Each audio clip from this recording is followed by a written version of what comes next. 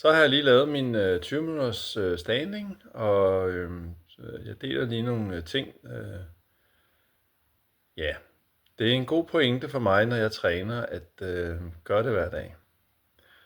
Det er også en god pointe, og jeg træner sådan, hvad kan man sige, 50% af det, jeg sådan kan. Så jeg går ikke sådan ud til mit maksimum. Så når jeg stiller mig op, og nu ved jeg af erfaring, at nu har jeg stået 20 minutter i dag, det ved jeg af erfaring, det er okay. Det kan jeg godt uden at det presser mig. Så det er i hvert fald mine 50%. Så jeg står de der 20 minutter cirka hver dag. Men pointen er, at det gode ved at lave noget hver dag, og det er jo igen det der med, at der er ikke noget med modsætninger, der er ikke plus minus eller yin yang og sådan noget. Der er, én ting. Kineserne kalder det Wu, og man kan også kalde det ingen dualisme, eller man kan kalde det rent lys, eller alt muligt. Man kan kalde det, hvad man vil, men det er i hvert fald noget, der er kun én ting af. Der er ikke nogen modsætninger. Når jeg så står der og laver min træning der, så er pointen 50% af det, man kan.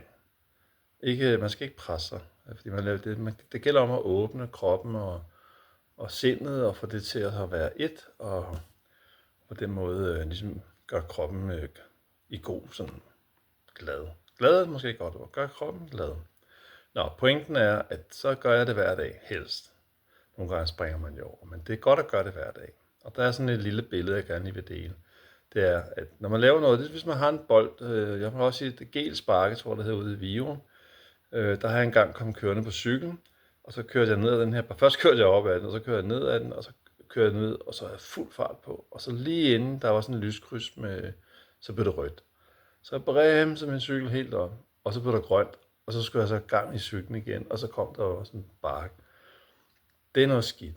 Det er meget, meget sjovere for mig, at når man har friløb, kører der nedad, så er der grønt, og så kører man bare derudad. Jeg bruger et billede for mig selv med, at det er ligesom en bold. Hvis jeg kan få en bold sådan op at rulle, så skal jeg egentlig bare slå lidt på den hver dag. Helst hver dag. Så kører bolden. Hvis den først går i stå, eller cyklen går i stå, så skal jeg bruge tid på ligesom at få gang i cyklen. Så bruger jeg bare energi på at få gang i noget, jeg allerede havde gang i. Og der var det der billede, hvor jeg måtte holde for rødt, da jeg kom med fuld fart ned ad bakke. Det var virkelig, virkelig surt. Så det er meget sjovere, og kroppen bliver meget mere glad, hvis man holder lige lidt i gang hele tiden. Man kan også sige det på en anden måde, det kan jeg godt lide, det billede, bruger jeg meget. At hvis jeg roer op ad en flod hver dag,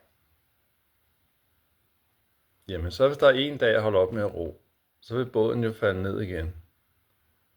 Og så næste dag, når jeg begynder at ro, så kommer jeg jo forbi steder, jeg har været. Det er meget bedre at ro lidt hver dag. Så kommer jeg hele tiden nye steder hen. Det er sådan nogle meget sjove, dem bruger jeg meget selv som sådan nogle billeder til. Så hellere en lille smule hver dag, end en hel masse hver tredje dag. Det gør jeg ikke.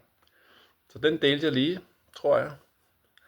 Man ser lidt opkogt ud, når man lige har stået der 20 minutter. Altså jeg har jo trænet før og længe og sådan noget, så jeg kan sagtens stå 20 minutter. Men man skal altid kun træne 50% cirka det, man kan. Det gør jeg i hvert fald. Det er en god idé. Og hvis 50% det er 2 minutter, jamen så er det fint. Så bare stop. Det vigtigste er, at man føler, at man er glad og har det godt. Det er det allervigtigste.